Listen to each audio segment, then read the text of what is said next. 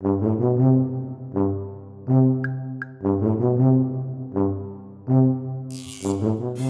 back to Talkin' Shit, where we are talking all sorts of shit. Schitt's Creek, that is. I'm Jess Sterling. Today, we are discussing Season 3, Episode 3, New Car.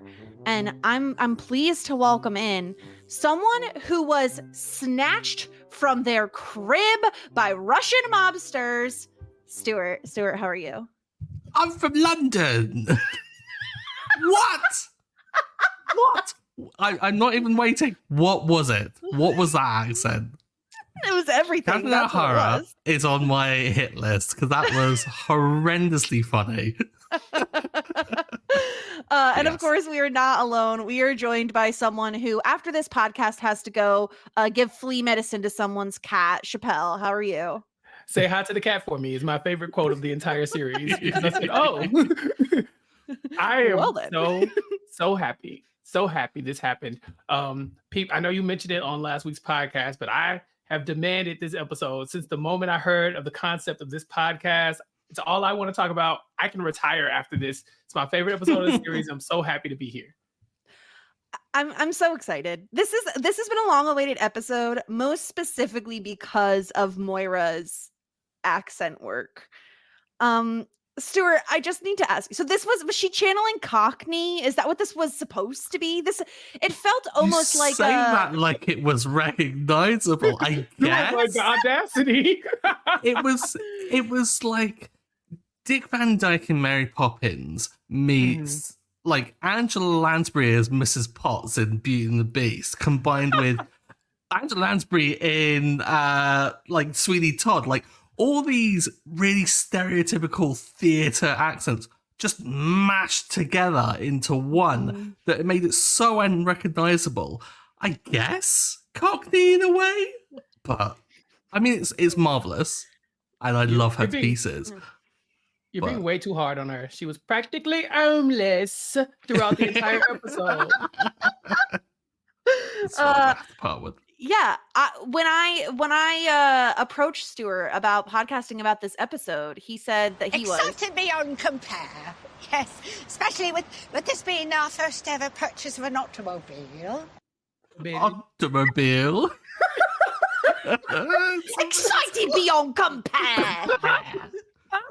What I just loved about it was the fact that she goes from an overbite to an underbite to an overbite, like back and forth. Like the mouth work is just all over the place for it.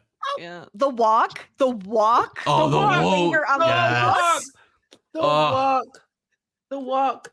It's the walk. I don't know if everybody knows the walk. People, there's no way that people hold this episode in high regard like I do, but that walk changed my life. I'm telling you, it should be a GIF used all the time, and I never see it. That walk is iconic, and people need to give it what it deserves. Yeah, Moira, for those who don't remember, when they're heading inside at the car dealership, and Johnny says to Moira, like, you need to like chill out a bit, like take it down a level. And they start walking inside. She does, I don't even like a strut. Like, I don't even know what to call what this was. It's a weird mix of a strut and almost like Bambi walking on ice with Like this a kind of limp, like yeah. It's really strange. Yeah, it's absolutely perfect. This episode is perfect. It sets up some other stuff. So like, not only is it hysterical when you get to the Johnny and Moira of it all, but we're being set up for like another major storyline with what happens with Stevie and her great aunt who's passed away. And of course, we'll have to talk about Ted and his black eye and what else he has going on over at the vet's office. But let's start off with a quick recap just to set ourselves up for success here.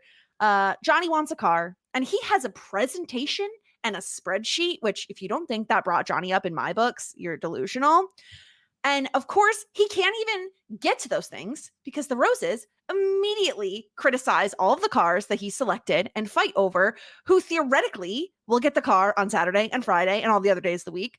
So Johnny and Moira are going to go car shopping, but they have a problem. They don't have any items in their wardrobe that scream poor or disenfranchised.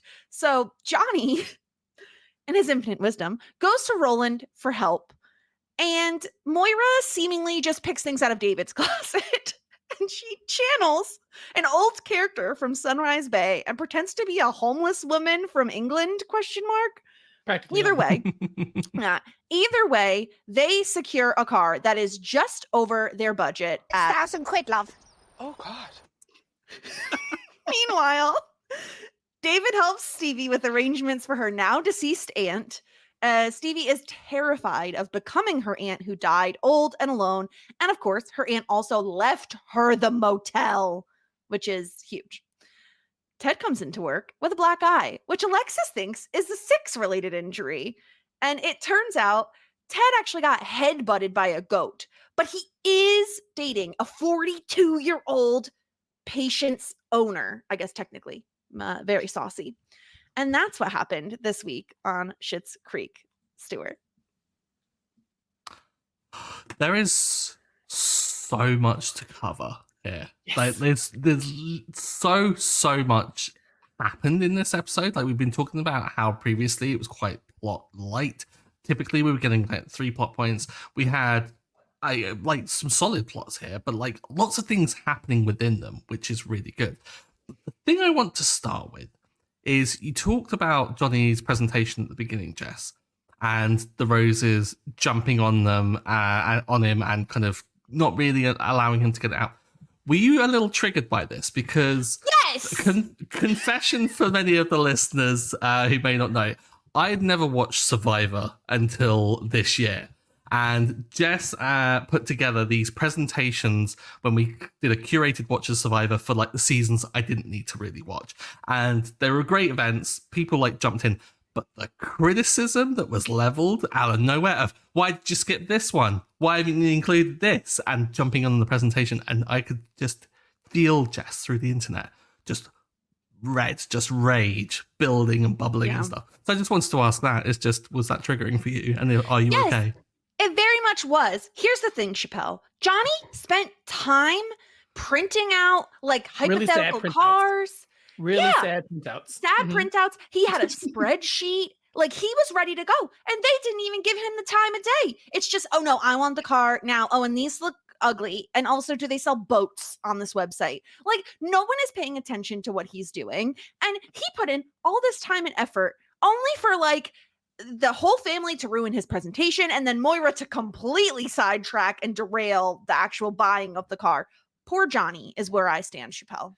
I want to feel bad for Johnny because he really did. This was his project, but they walked in and instantly started to pick this apart. I'm talking about this must have been the saddest of printouts. You know, like they come in and like, are we auctioning off police crime vehicles? You know, it is bad. So it's not like Johnny had done a presentation that was probably reasonable. We know he's doing a presentation about money that actually isn't his. This is David's money that he's about to buy this car with. It's like, I want a car. I'm like, so you went out and you started to car shop with someone else's money. I'm sorry, the family funds, without anybody else's input. Like they're all not going to be driving the car. So I feel a little bad for him, but not that bad. Maybe Yeah, David should have just gotten first pick of like, okay, David, what day of the week do you want the car? And you It's get first your pick car. because it's your money.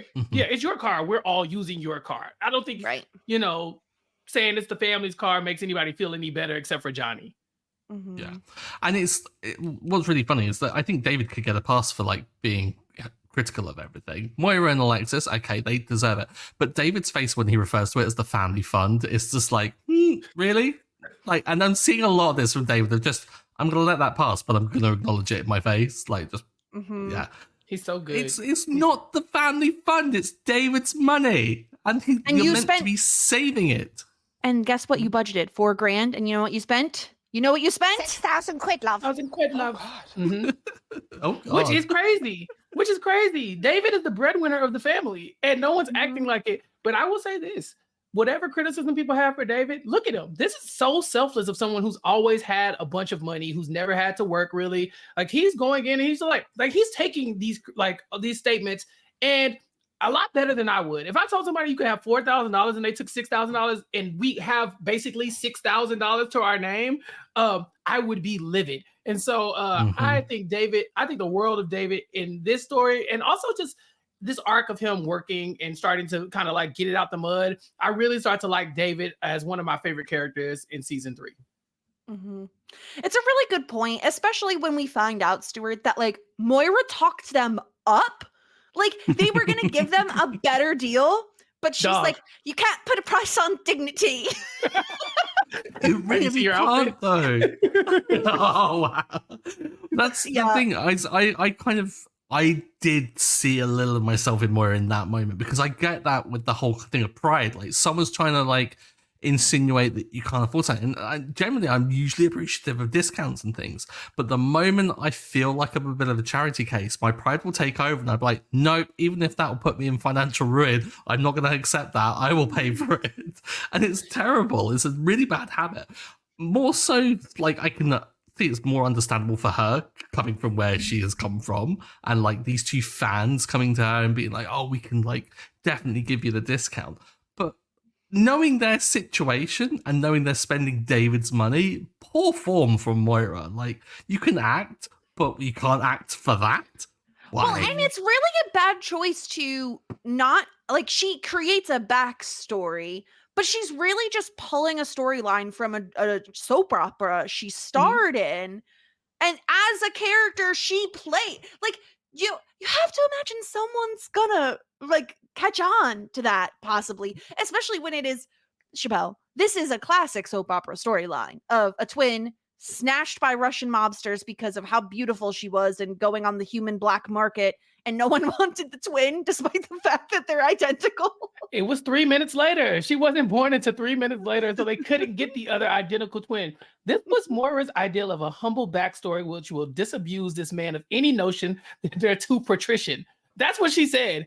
And what she came up with is a storyline from back when I was a celebrity. And then had the nerve to be offended that these people recognized her. You know, she was like, wait, what? No, that we don't have a TV. Stop it. Like, she really tried to downplay this story that she gave them to use. And if looks can kill, when Johnny shuts down Moira talking the price back up, the way she looks at him, she's like, it's exactly what Stuart was saying. Like, my pride has kicked in now. Like, I'd rather walk than take this discount. And so, yeah, this $4,000 car is now $6,000 thanks to Moira. 6,000 quid, love. 6,000 quid, love. Oh, God. I'm going to take it away from you, Jess. I'm going to take it away from you. He has the power. Yeah, and it's, gosh, I don't even know who to blame. I know who to blame more. Moira is more to blame here. Yeah. But Johnny also has some serious missteps when I don't know how many times, Stuart, he can expect to insult Roland directly to his face and still maintain some sort of a friendship there, because all he had to say is, I need some more humble clothing, some more streetwear. Lie to the guy. Say you need to do some outdoor work and you don't have clothing that's appropriate for that sort of thing, right? No, he says, I need to look like I don't have money. Can I raid your closet? What is wrong with you, Johnny? That is so rude. Incredibly rude, especially because, like, Jocelyn's back to being the Jocelyn that we know and love. Yes. The kind of just sweet person that kind of welcomes in and deals with Rolly's stupid little jokes at the door and is just saying, come on in. Strip let's crib, play some, strip cribbage. Yeah, let's do some strip crib. Oh, wait, no, it's not Friday.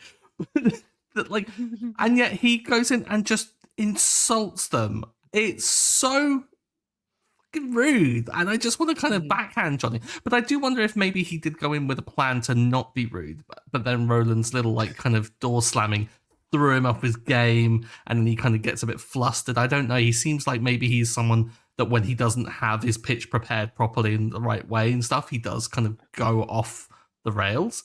But the lie that he tells, which is like, well, not even a lie, just the way he tries to cover it by saying, oh, I just want to look hip. He's so lucky that Roland is a bit dippy and Jocelyn is very accommodating, I'll just say, because when they just go along with it, he's really like saved in that moment. Jocelyn's facial expressions in this scene is my favorite thing about Jocelyn, because she's like, when he's offending them, saying, I want to look like I have less money, Roland catches on like, wait, you think we look like we have less money? And then he says, no, I want to look hip. And you see Jocelyn gotta go, oh, okay. Well, you know, obviously, like, she's not even talking, but she's in the background like, right, duh, clearly. Yeah. This lady is acting I love it. I love it so much. The fact that they even had to go get clothes because Johnny was going to show up there in that like $8,000 suit and just be But like, no cufflinks, Chappelle. He did not have on cufflinks. yeah, this was bad. Oh. Like David is telling them this is not going to work because no one's going to give you a deal on a used car if you look like you could buy the lot. Yeah, one of my favorite moments this entire episode is when Moira and David are standing next to each other and they're wearing nearly the exact same outfit. It is From his closet. It's hilarious. I love it so much that this is her version of like homeless is what David is wearing.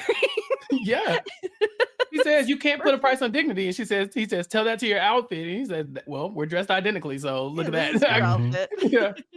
I Where's would your love to see dignity, that David? image of that wig on David just to see the full effect. Oh, God. Oh, We haven't even God. talked about the wig. Oh my god, there's so much.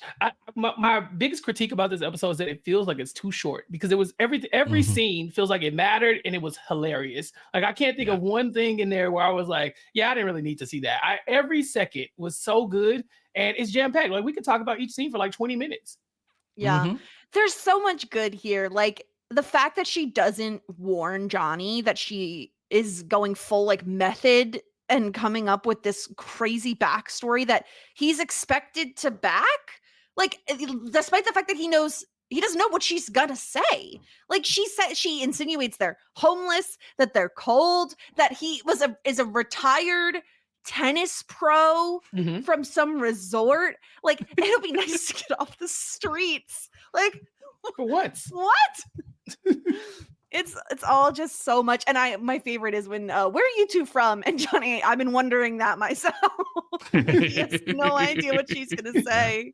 Yeah. And you could Yes. tell, I don't know if she's like pulled this stunt before, but it feels like she probably has done something similar because Johnny has this look on his face like, I'm not gonna try because I know she's gonna just take the wheel and drive. Let's just let her do that. And the whole point of her even going was because they thought Johnny couldn't handle this, Stuart. That was her reason. She was like, let me come and settle this because Johnny, we're going to let you down easy. You like flashy cars, but they look like they're for you. Let me come in and step in. And this is what she does. Yeah, if they hope that Moira goes so he doesn't Vin Diesel it, which is an image that I really didn't need. Style people. But the way in which he does actually, I think Moira going does actually enable him to kind of gain control of things a little bit better because in her chaos, he tries to like wrangle it out of that. And I think that's where he really thrives because that's where he's comfortable. So when like she's going on and on and on, and he just goes, as you can see, we can't even afford her meds. I was like, stellar light, Johnny. That redeems you for all the other bad line that you've ever done. That was just brilliant. Because then they kind of, they took that immediately because, it explains so much with Moira, which is so sad. Yeah, she lost all her money and now she's having a mental breakdown. Is she not? Facts. Yeah. Oh, Yeah. yeah. Have we seen episode 1 of this show? She's in the midst. This woman is going through shock every episode and just hasn't come out of it yet. I also just wanna know what she's used this wig for in the past. Let's do Moira wig watch early because I feel like it is We just have to. necessary. Like, what is this Look at wig it. being used for? It's I guess if got to you be a don't combination have of two, right? Like, it's That's what I not was gonna one ask, piece is the- with I the think mullet bit. I Yeah. think the It's a mullet mullet. bit is her hair. Oh, I she think- just left her hair out, like her leave That's out. what I think. I think the mullet bit is like her actual hair, and then it's kind of like a weird, like I'm trying to think of the actress. Oh no, kind of like Princess Diana on the top, almost. In a really Oh, Stuart is most- offended. That's her As if this most show British couldn't wig get possible. more offensive to British. Like, what? Or like Peter Pan. Is that better? Like a Peter Pan? I guess. I'll take that over the People's Princess. I mean, like, you know what I'm talking about when she had the shorter No. hair. Yeah, no, it really is. It's like a classic 80s power wig, isn't it? That I don't know, but it's the choice to have either her real hair or another wig underneath that's poking out, like the blend of the two. What? And I don't think it. I want to think it's not her hair poking out because she is a bit of a like wig pro. Like I don't imagine Moira having wig fumbles like this. Like I imagine she knows what to do with a piece. Yeah. Picture. And Moira's a little gray on her head. I think her hair would have actually been gray as well, but I think this is one piece. I think this is one wig, and that it was made for this moment. Like I think that you never wear this wig before or after that, because at this point, like you have to break glass in case of emergency for this particular wig. It's used to mimic the trappings of a workaday woman, and so that's what she's gonna do. Also I have pulled up just so that if people are watching us on YouTube, you can see I'm about to play the walk so that people can watch the walk. So find us on YouTube at Talking Shit. We're gonna watch this walk. Oh Just my look at that strut. Look at that weird strut. Also, what person who's down on their luck and homeless has heels that are like at least 6 inches high? Look at these things. Jeez. Oh, shoot. She's the same height as Johnny. Just wild. Absolutely wild. That's incredible. I love the storyline so much. Like it has everything. Moira going method, Moira and a ridiculous accent. Like you thought her accent, Moira herself, her accent is ridiculous. Then she does a weird British Cockney situation and it's 20 times better. Yeah, and she had so many quotes, this toggery is perfect tribute to a common woman. I said, toggery? And then she's like, a humble backstory that will disabuse this man of any notion we're too patrician. I'm like, hey, you're about to come in here and act like you're a homeless, poor person. Why are you coming in talking like this in general? Like, why is this where you talk? Yeah, I need a dictionary to look up like half the words she said. Like you can't. And she typically talks similar to this, but she was turning it on. Mm-hmm. Oh, yeah. The eloquence level was like cranked up for this. And it's almost like she can't stand being poor. Like she has to have something to claim that is going to elevate her above the common man, which is going to be the eloquence in this. Because if she's going to dress like shit, then she's going to at least sound better than everyone else. It's a shame about the accent though. Absolutely perfect. Okay, so one more time before we jump to a different topic here. Excited beyond compare. Yes, especially with this being our first ever purchase of an automobile. You? I love it. When they told her, you're working so hard to shave a few bucks off of that Lincoln, the light switch goes off. She's like, wait a minute, pity? Is that pity? Is that pity that I sense? Like, no, she said, we didn't lose everything. I'm like, yes, you did. She's like, you're acting like this is such an act of desperation. It's just an act. I'm like, no. Y'all are desperate. Y'all live in a hotel essentially for free. You're spending your son's money on this, and you're about to split this car between 4 adults who have other things going on in their lives. Y'all are desperate for the car. Just be desperate. She could not do it. I love it. Also, she does choose a car solely based off of emotional instinct of like, oh my gosh, this reminds me of the car we drove before we had David. And it's like, didn't look at a single other car, ask no questions about the condition the car is in. Does it run? Like how many miles are on it? Nothing. Didn't even see them kick the tires to at least give the impression that they know about cars. Because that's the thing you do, right? Yeah, obviously we all just go around to dealerships kicking tires constantly. You gotta tap it at least just to see. Yeah. If it just falls apart. Ridiculous. What do we want to talk about next? Do we want to talk about David and Stevie, or do we want to go the Alexis and Ted route? Let me just point out, Roland and Jocelyn play cribbage every day at lunch. Look at this love story. They literally set out time to just kick it. I love them two together. I really do. They're like, I don't know. Jocelyn's just made for him. It's like she's like the only person who could probably deal with him long term. But she has a little nickname for him. She calls him Rolly, like that. Yeah. Yeah, she finds him endearing. Sweet. I love the fact that like the way she talks about the cribbage as well. Like she's still enthusiastic about it. It's not like we play cribbage every lunch. It's like no, we play cribbage every lunch, and it's like you can tell that she still loves it. Yeah. So this episode gives me the warm feelies. So I was like, yeah, I love that. I love it so much. Stuart, where are we going next? Ted and Alexis or David and Stevie? I mean, I've got to talk about that. The little sexy Susan that he is, Ted. Like, jeez. He's a sexy Susan. I was so worried that when we got battered away from like Alexis rumbling him for a secret relationship that we weren't going to get it. And then we did get it. And I was like, this is even better because it's like making really dirty puns that make Ted uncomfortable. And I was like, yes, love it. Mhm. It was, Yeah, he this doesn't was like one the of my term favorites. booty call. And I'm like, Ted, you're young. Okay? Like, act your age for like a hot second. He doesn't appreciate booty call. But I mean, Chappelle, we got to make sure we're pointing out his key word for like booty call / sex is, this person wants you to go wash her cat. Right. See, he's a little too innocent because he doesn't see like, oh, how that could be suggestive. Whereas Alexis can find suggestive in anything, including Yes. I got headbutted by a goat. She's like, oh, is that the one where you get up on the table? I was like, Alexis, sit down. Sit down. Dad, stop it. Stop it. So yeah, booty call. This is good. Look, Ted out here being a little naughty minx. I like this. Mm-hmm. It's great. I mean, it's an older woman. She's 42. If we're gonna say that Ted is around the same age as Alexis, like mid to late 20s, like it's a significant age difference, Mhm. I'd say. Or I mean, Alexis, like- it's like 50. Like Ted also like hitting on his clientele, like Mm, cheeky Ted. yeah. Mm. This woman is 42, and Alexis insinuated that she might have dementia. She said, "Oh, she like thinks she has a cat because So she's like sad. 50 or something." That's so sad. I said, 50, 42, dementia. What are you talking about?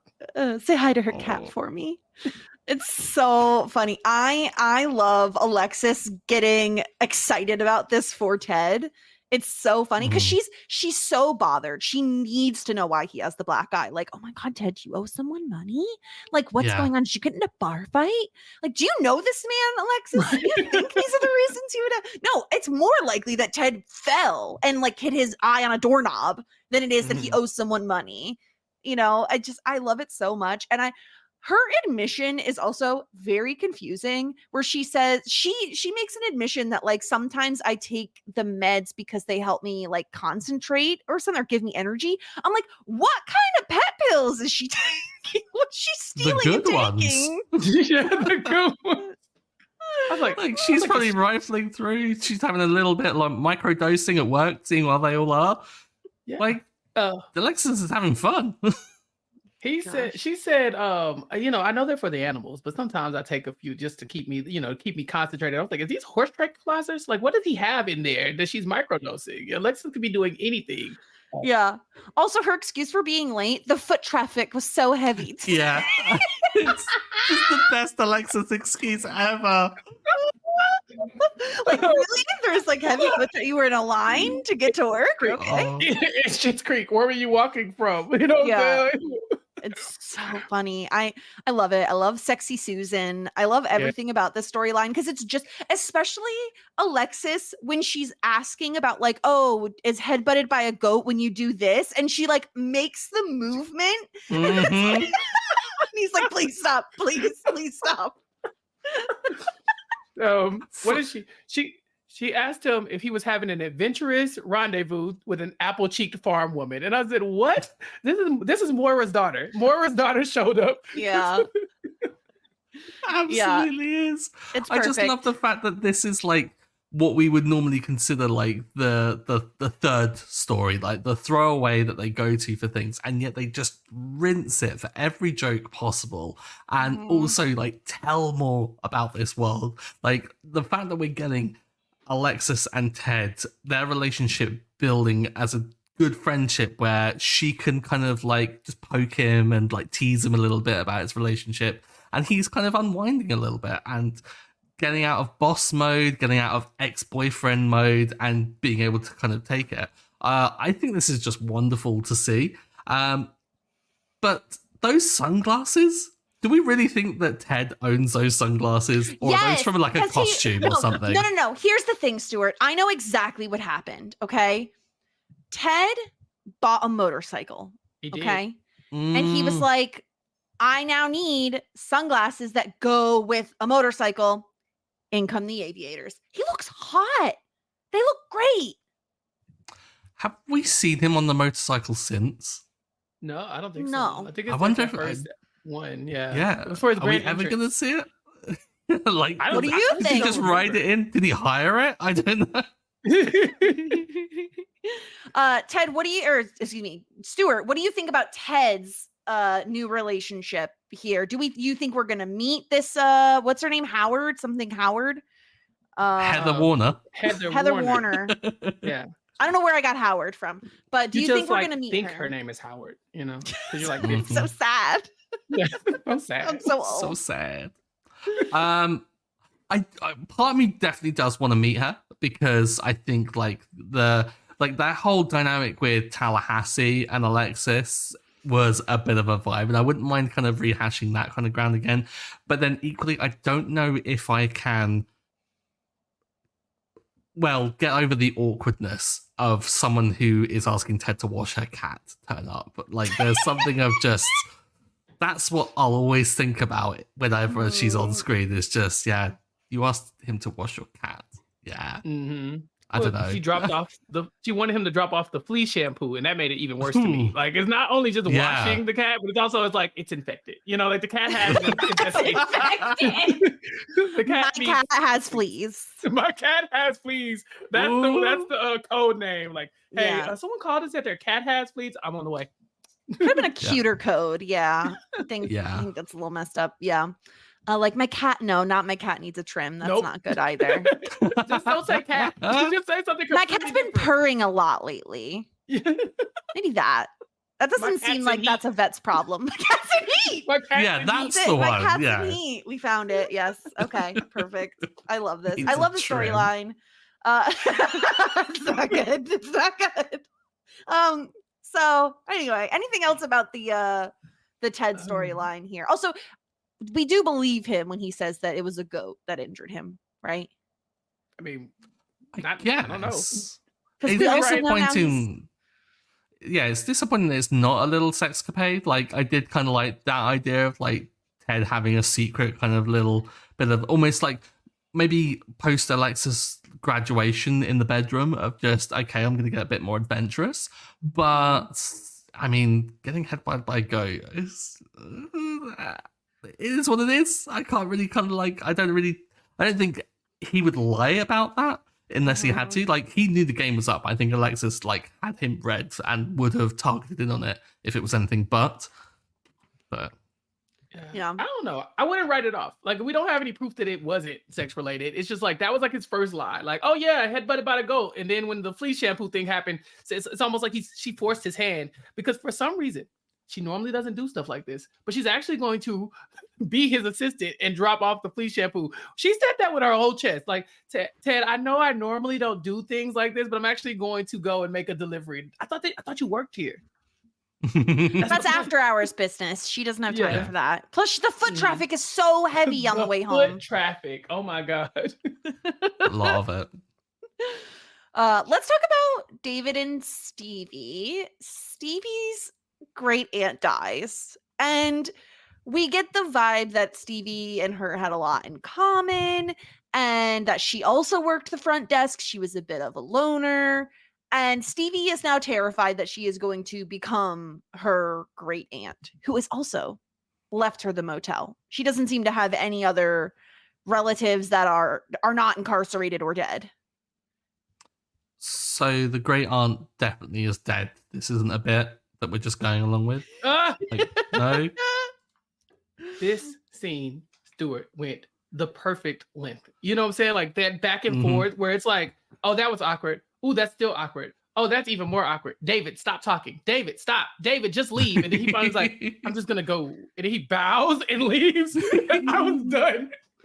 It's so perfect. I think it went on because like I think ordinarily other shows might like cut it a bit too like soon or let it go on too long. Like you said, it was the perfect length of like just absolutely kind of coupling it. But again, a lovely sweet scene where David kind of admits that he was not necessarily a dick, I think just misinformed of like kind of how he read the situation. And then kind of just goes, yes, that's what friends do by the end. And Stevie like has this kind of like big smile on her face because it's like, yes, we are friends. And it was like a really kind of sweet moment there.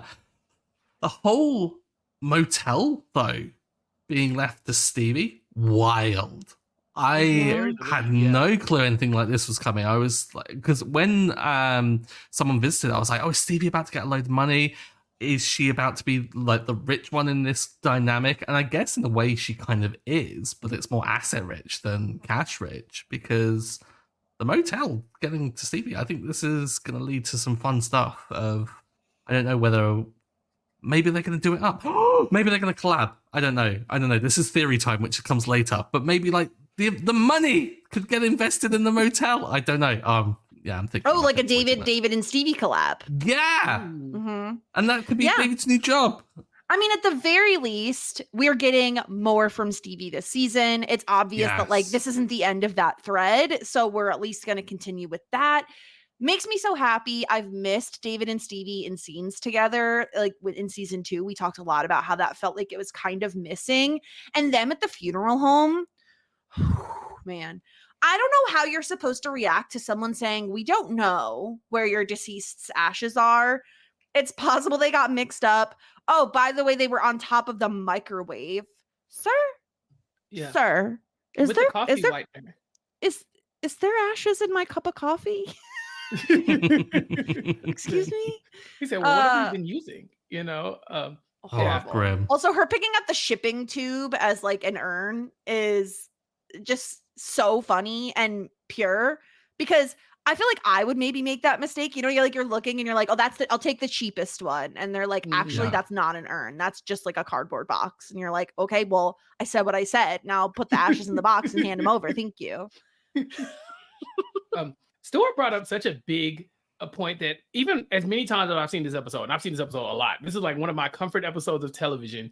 I rarely think about like, what does this mean? Like the implication of when you watch this for the first time, you're thinking she's going to get left some money or something like that in a will. Because we've seen that done a billion times, right? Somebody's distant relative leaves them money. These people need money. So like, it would be so easy for us to say, now, Stevie, you're the richest person in this group. Go at it, you know, have at it, make the roses jump through whatever, hoops or work for you in whatever capacity, blah, blah, blah. Maybe they can get into business, but they give her the hotel and this hotel is trash. This hotel is literally got people living there for free and they can't make repairs. The staff is Stevie and she's not great. She's half the time she's just playing Pong and stuff on her computer or looking for Moira's nudes. You know, like they handed her so much responsibility that's directly linked to the roses. I think it's so cool because she's their landlord now. You know, like these people who have been living there essentially free-ish now have a job. So maybe they can pay now. You know, Stevie has to pay the bills. Like, what does this mean for their friendships, their interactions? This episode, although, like I said, it's too short because it just gives you all of this and says, okay, now have at it. You know, you got a few more seasons left, you know, party time. And I love it. I love everything about Stevie getting the hotel. The stuff about her aunt, I really don't like how she's pushing back against it so hard. Like, because she really looks down on her aunt's lifestyle to the point where she's seeing so many parallels. It's really like showing what she kind of thinks of herself, you know, her self-esteem with a die alone in an apartment with newspapers for curtains. Like, all right, Stevie, calm down. Yeah, she needs to get herself a couple cats, move to Saskatchewan. Mhm. Yeah. I mean, it does make sense that she has this fear that because she knows that her aunt died, like she knows that the person her aunt trusted to handle her affairs is herself. And she's like, and I was like semi-close with her, but I wasn't like close. So the idea that like that's the closest person to handle your affairs, I think is very sad for Stevie, especially when they're like spreading her ashes in a parking lot. Like that is really bleak. That is really dark and sad. And I love how David handles this because I don't think he becomes someone he's not. You know, like he doesn't say to her like, "Oh, Stevie, you're the best and you're the sweetest and blah blah blah." Like he doesn't he doesn't become someone he's not. Instead, he says, "I wouldn't have been friends with her and I'm friends with you. So you're not the same person and you're going to be different, and when I scatter your ashes, it's not going to be in a parking lot." Like it's very David, the way he handles this, and I think it helps because Stuart, I don't think if he had like lauded her with praise and, "Oh, Stevie, you're the best and the cutest and the blah blah blah," I don't think that would have worked. Yeah, it would have been so disingenuous and not their vibe at all. Like the fact that he does say very nice things to Stevie, but then follows up with the whole bit about finding a much nicer parking lot. Like, just that jab that's not quite like a full-on like punch of like just a bit of a barb is just enough to like ground it in a bit of reality. It's much in the way like me with my friends, I can't say nice things without following up with something awful to them because that's my love language. And I think theirs is very much the same. It's like you say sometimes the worst stuff to the people that you love the most because you know that there's like that dynamic. And I think, yeah, if he had been overly nice and hadn't followed up with this, then yeah, it would have been it would have felt so fake and not what she needed. Like, I think Stevie is the kind of person that does need a bit, like, needs someone to be nice when it's required, but then also does need a friend. And what friends do is make each other laugh. And I think that even though she may not have laughed in the moment, I think somewhere in there is just that chuckle of, I've got to hand it to you. That's very funny. Yeah, well done. Yeah. David as a friend is so funny to watch in this episode too, because he starts off very much like making jokes. She's like, no, someone really died. No, someone really died. I'm not joking, blah, blah, blah. And then David, the selfish David that we know from the past, goes, well, if you need help, like he can't even bring himself to offer legitimate, like, hey, I'm here for you. I'm going to be here for you. I'm going to help you with this, figure this out. He can't even do it. And so Stevie's like, yes, I would love to help. Thank you. And so from there, he changes it to his funeral blacks, which look exactly like Moira's outfit. His funeral blacks, y'all. So anyway, changes to his blacks. And then from there, he's trying and trying and trying to be kind and be understanding and really be uplifting Stevie in this moment. But it started off with him not even being able to breathe the words, I will help you through this, you know? So in one episode, so much growth of just like being in the moment and being there for your friend. Yeah, I love David this episode. This is why I love David and Stevie, because they're really great friends, but they do it in a very like you poke fun at your friends. That's just how it is, you know, especially people you're comfortable with. I love that. And it's, again, I like that we're getting more from Stevie. We're getting more for Stevie. This is a storyline that will obviously continue. It's a really great setup episode for some stuff. Now the family has a car. Ted is dating someone, and Stevie has inherited the motel. So all like big pieces of the season 3 puzzle kind of being placed down here. Anything else before we get into some feedback?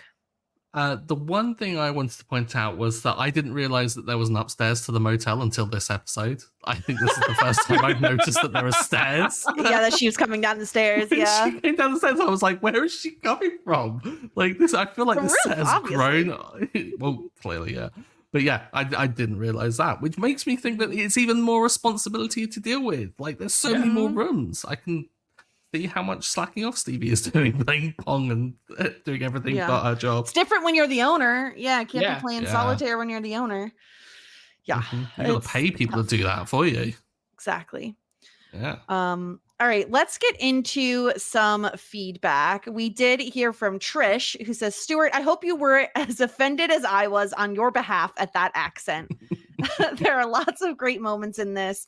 I like that Alexis and Ted are in a much more comfortable friendship zone. And I like that Stevie had a feature storyline rather than being a side note or just there for quick one-liners. Yeah. Stuart, how much were you offended on a scale of 0 to 10? Jokes aside, like, very. It's so absurd. Like, I don't think that I can be offended by it because it's just so funny. It's just the way in which, like, anyone that does a really exaggerated and awful accent, I think I'm instantly endeared to you because you've probably played D&D, because that's what most people do with D&D accents, because they just do. You're looking shameful there, Jessica. I have no shame. I think I do lovely accent work. Thank you very much. Yes. Just saying. Well, I won't ask for a demonstration. but I completely agree with what Trish is saying about the whole Stevie bit, though. Like, getting Stevie with a Stevie storyline as opposed to a David side storyline kind of thing, it's really great, and I hope we get more of them. We got something from Aaron. Chappelle, Aaron has a possibly a spicy take here. Is Johnny actually useless? Well, that's another thing I really like about this episode is that you're seeing that there's autonomy forming in his family, and Johnny is dealing with that whenever David gets a job. You know, when Johnny's not realizing that he's not the breadwinner, he's not the most responsible person in the family anymore. These things are falling onto other people. I don't think he's ready for that. I think that even when you see him, he's like, I want a car. Like, I'm demanding a car. And everyone's like, oh, Johnny, okay, well, we'll all look at it. You know, like, I think that this is something he's going to have to grapple with, because he goes from being the breadwinner of the family. Well, him and Moira both, obviously, but they come from being a well-off family. Then they go off to, like, they have to really huddle up, right? And like circle the wagons and be a family that he's leading. Well, now people are starting to spread their own wings. And I think that he's not completely useless, but I think he might struggle with that for sure. Yeah, I think it's an ongoing struggle we've seen him dealing with, is what happens when you're the patriarch of the family and used to be the breadwinner, and now everyone else is kind of finding their autonomy, and what good are you? You're the only one without something going on, essentially. Yeah. It's not easy. We got an email from Erica, who wants us to only considering looks and putting all Mutt hate aside, which I will struggle with. How would you rank Mutt, Ted, and Jake in order of hotness? So Jake isn't in this episode, but Jake was the thruple guy. Yeah. Stuart, what you got? Ted, Jake, Mutt. Ted is the hottest, then Jake, then Mutt. This is only considering hotness. It's tight between Ted and Jake. Okay. But yeah, still the same. Interesting.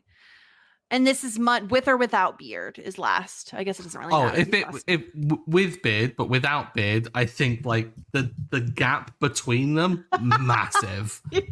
Okay. Gosh, it's really hard to not integrate their personalities into this ranking. Yeah. I tend to like darker hair. So bearded Mutt is really attractive. Bearded Mutt from like season 1, not with the longer hair in season 2. I'd probably put number 1, then Ted, then Jake, I think. But also bearded Ted. I was about to say season 1 Ted is dead last. Season 1, but season 2 Ted with the beard and the aviators, he's climbing the ranks. And the black eye.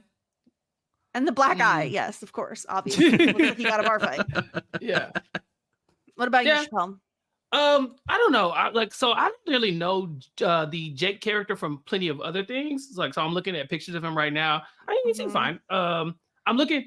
I'd probably go like Ted first, and then Jake, then Mutt. You know, that's just it's not my cup of tea. Ted is the best. If we're including personality, Ted is number 1, and it's not close. Yeah. But specifically, season 2's Ted. Season 1 Ted is dead last. Yeah. There's nothing. That's right. I remember Chappelle's takes. I was like, Alexis can do better. You know, I was like, this is me. Yeah. We also got an email from Lauren who says, thank you both so much for making this podcast. After a recent binge of the entire series for the second time all the way through, I finished feeling like I needed to talk to people about how amazing this show is. This next line killed me. My husband only likes shows where people get murdered, so he gave me a hard time for wanting to rewatch Schitt's Creek. Naturally, I turned to podcasts to find my people, and I'm so grateful to have discovered Talkin' Schitt. I started at the beginning a couple weeks ago and binged the entire podcast while driving around rural Maine delivering mail. Wow. Incredible. Also, that sounds like a really interesting job because Maine is absolutely beautiful, especially this time of year. Now that I'm totally caught up, I can't wait to get started on Schitt. 90 Shows taught me. Huge Buffy fan. I will warn you, Lauren, because you mentioned it. That podcast is not PG rated at all. So just fair warning. You've been warned in case you listen loudly.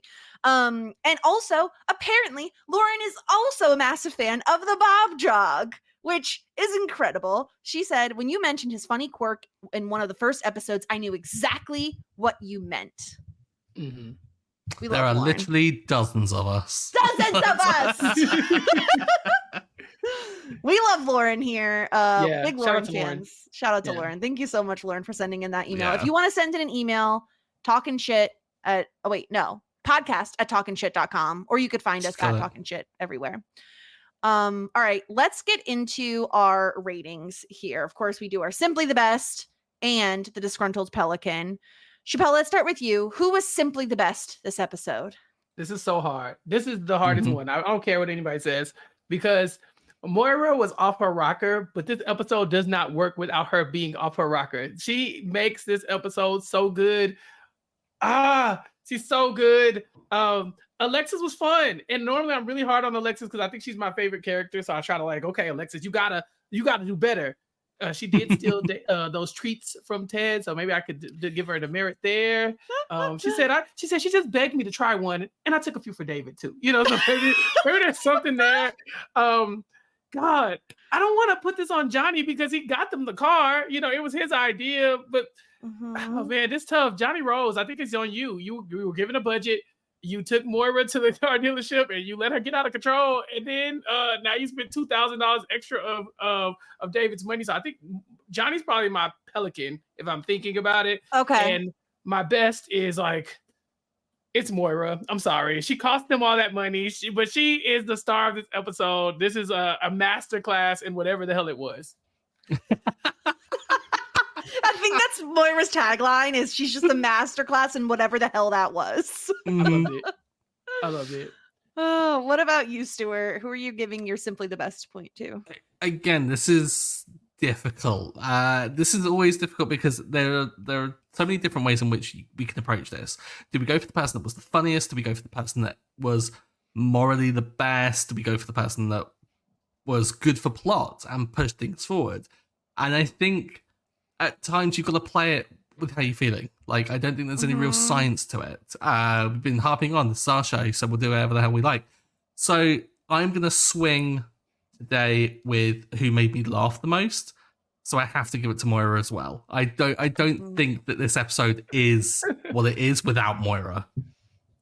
It's very fair. I struggled a lot with this one as to who to give it to, because like you said, Moira and her accent work is just, how do you not laugh every 5 seconds? You don't stop laughing. However, I feel the need to balance the scales a bit. As someone who curates spreadsheets and presentations and sometimes doesn't get appreciation for it, Johnny came in with a plan and routinely he is disrupted.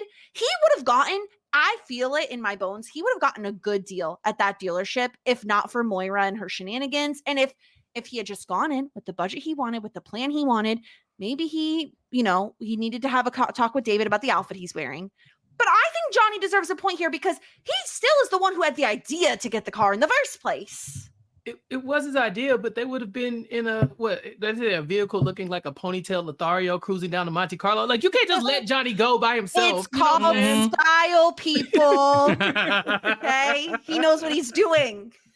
I can't be mad at it because this was his idea. Nobody else was trying to get a car. He did some research. None of it mattered. He did an Excel sheet. None of it mattered. Exactly. He took with a plan. None of it mattered.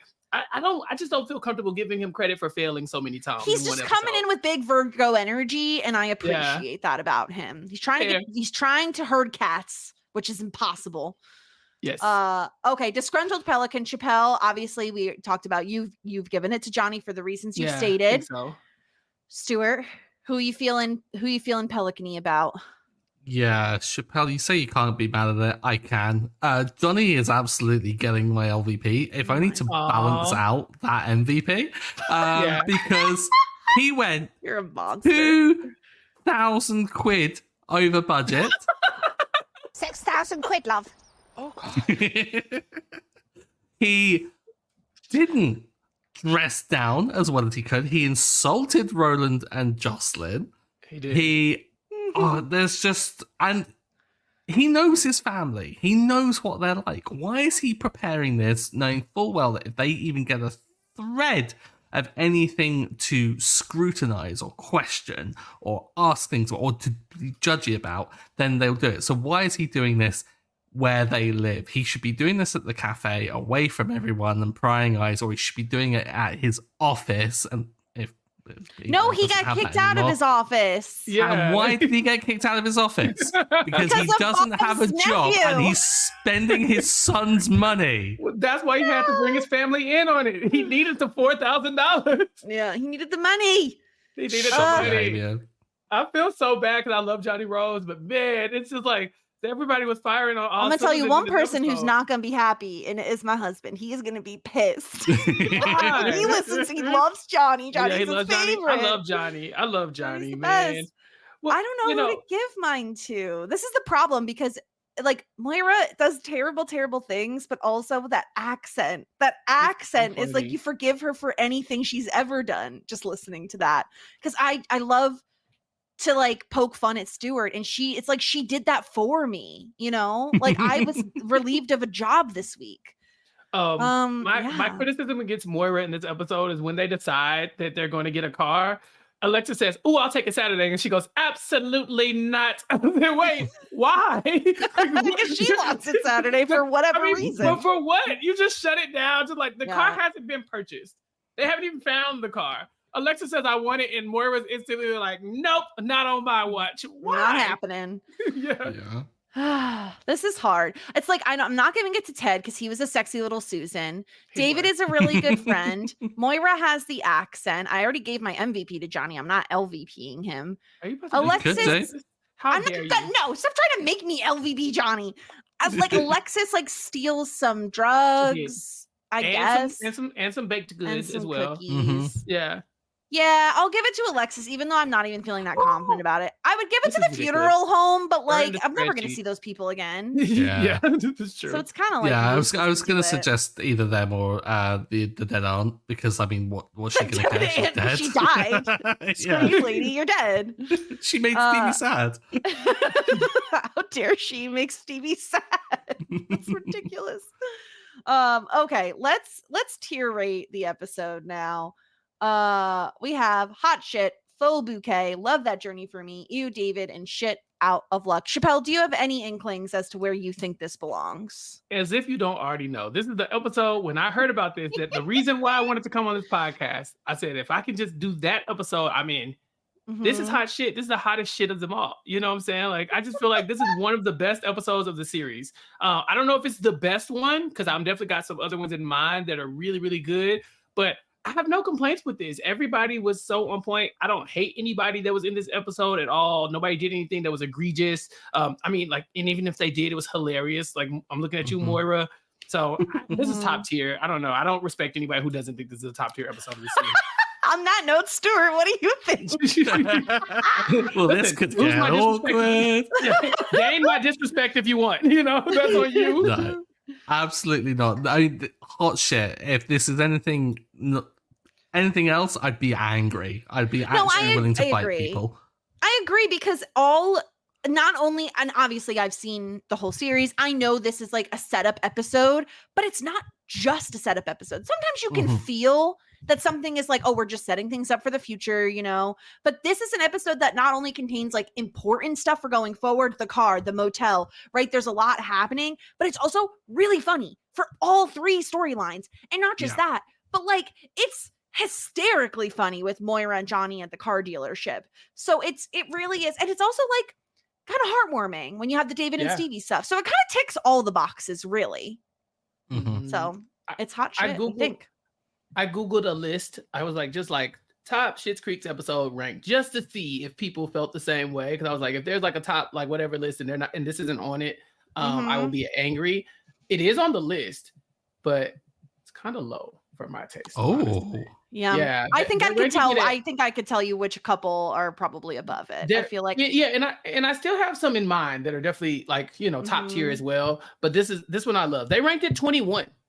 21. Wow. I assume Finding David is above it, which we have already covered, so Stuart knows it. That's the season 2 premiere. I feel like that one is always at the top of people's lists because it's really funny.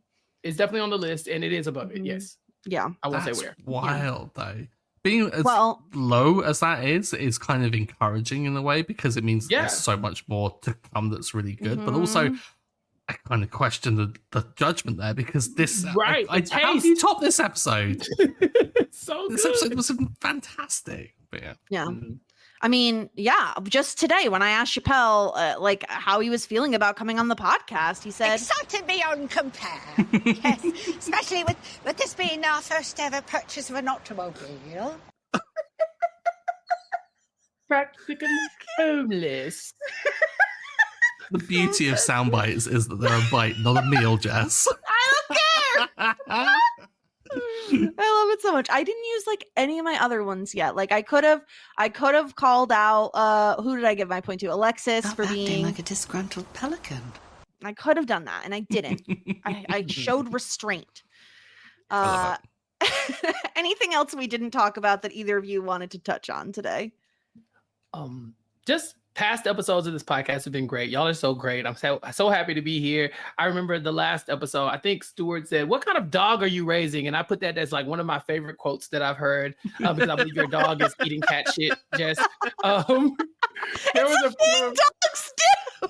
Sure. But anyway, I was like, that's the right question. Stuart was like, "What kind of dog are you raising?" I was like, yeah. Keep this up. I don't think I have another I don't have another episode on the docket. You're gonna have to pick one. We have to talk. Yeah, we have to talk so I can come back. Yeah. But thank y'all for having me. I would not have forgiven you if you did not have me for this episode. This is my This shit. has been on the books forever, so you were definitely coming on. Chappelle, what else do you have going on? We know there's a lot of podcasts you're producing, so where can people find you? Yeah, I definitely got to start writing my plugs down because I'm getting really bad at saying them. On Mondays, I am talking about Survivor. I think Survivor on Mondays with Rob Cesternino on Club Condo on the RHAP network. It's Rob's last Survivor podcast of the week, and so it is the most unhinged. Check it out on our YouTube page and on robhasawebsite.com, also known as We Know Reality TV or We Know Survivor.com. You can catch it in all those places, and so we'll tune in to that. On Tuesdays until the end of the Big Brother season, Rob and I are also talking about Big Brother and our podcast called The Slop. It is a patron-only podcast on RHAP, so it's behind the paywall, but it's behind the paywall for a reason. It gets a little edgy. I just said that the Buffy podcast is not PG. That is not PG at all either. Do not listen to it around your friends, your family, or your kids. Just a private place, okay? Just listen to that on your own. Check that out on RHAP. Also on RHAP. I don't know what's next. Nothing But Netflix. Nothing But Netflix. Every week we talk about a different Netflix show, Rob and I again. But this last week we had the Wrestling Wrap Up podcast on to talk about Mr. McMahon, the 6-part docu-series about Vince McMahon on Netflix. We talked about the first part. We talked about the premiere. But we're going to talk about the rest of it next week on Nothing But Netflix. So make sure you check that out as well. Taryn Armstrong and I just dropped our preview of the season of The Summit on CBS, a social strategy game played while hiking up a mountain. And so that is about to drop soon. And Taryn and I will be covering it, I'm pretty sure episodically on RHAP. So check that out. Next week, House of Villains is back. Season 2 is happening. And so Jenny Autumn and myself will be talking about season 2 of House of Villains. So there should be some content coming your way from that on RHAP as well. And then over on Recap Kickback, my podcast where I talk about whatever I want to talk about, including a bunch of like Black media, but then new stuff as well. We got The Walking Dead coverage for the first time ever. Coming to Recap Kickback, we have the Zombie Kickback. I've assembled the crew of Jess Leese, AJ Mass, and Josh Wigler to come and talk about The Walking Dead.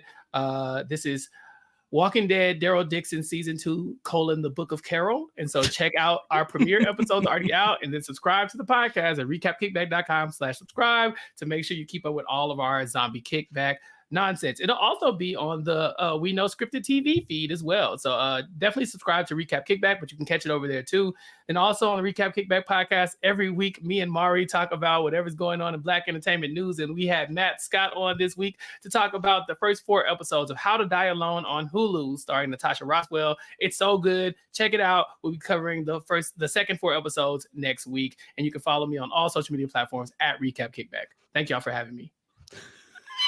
Incredible. We need a separate podcast just for Chappelle's plugs. It's so embarrassing. Busiest Like, it person really in podcasting. It's really embarrassing. And I'm sure I forgot something. That's the thing. Like, we'll log off. I was keeping track in my head, and I think you got everything because I know a lot of the podcasts you're at. You know, obviously, I know what Next you're up week. to. So Next week, crime scene. I think I'm on the crime Oh, scene see, I didn't know podcast. that one. I think it's the crime scene finale. Don't quote me on that one, but the season finale of Crime Scene. I will be joining Matt Scott to talk to Mari and Sarah Carradine over there. Don't you stop me now because I might remember another podcast that I'm going to be on. Y'all. Well, you could find me at the Just Sterling and also over on Shit 90 Shows Taught Me, where Sarah and I are continuing our journey through Buffy the Vampire Slayer, as noted by Lauren earlier, and also Felicity. So you can check us out there. We're going to have some spooky content in October as well. So TBD on that. Stuart, anything else you want to plug? You're at Stuart Drinks Tea because you're British. Yeah, at Stuart Drinks Tea, and mercifully, no podcast to plug. There you go. But do you want to know the title for next week's episode? Yes. Okay. It is called Driving Test. They bought a car without having a license. Well, Johnny drove the car home. I wouldn't put Do it they past him to drive without Do one. they have licenses? Yeah, maybe. I mean, I We'll guess I never see. asked the question. David Maybe they all need should. to take the test. We'll Oh dear. see. We're also not going to be alone. Yet again, we are going to have special Canadian guest Melissa back on the podcast. So that should be Yay. tons of fun. You can ask her all your driver's license Canadian questions if you want. There was mention of Saskatchewan in this episode. So super Canadian. Super Canadian. Just felt the need to point That's it your out. reference. Just, yeah, something Canadian. It's Canadian. It's a place. It's a location. And it's Saskatchewan, not Saskatchewan. That is what I know. And the Canadians will be very pleased that I pronounced it correctly. I'm just letting you know They right texted now. and me just flinched. You know, I was like, "What? That's exactly how you say it." Saskatchewan. Saskatchewan. Saskatchewan. Texas. Wait, Jess. Before we go, you have to do your Texas accent. Think Annie from Community. My name's Caroline from Corpus Christi. See, that's what I'm talking about. Shut it down. No more accents ever again. Stuart, I know what you feel. I know what you meant. I know what you meant. Corpus Christi, Texas. Stop it. What is it? The Colby line from Survivor. Every morning I wake up and I thank God for two things. Thank God that I'm alive, and I thank God that I'm a Texan. I'm a Texan. Hey. That's what he says. To my soul, okay? Yep. There you go.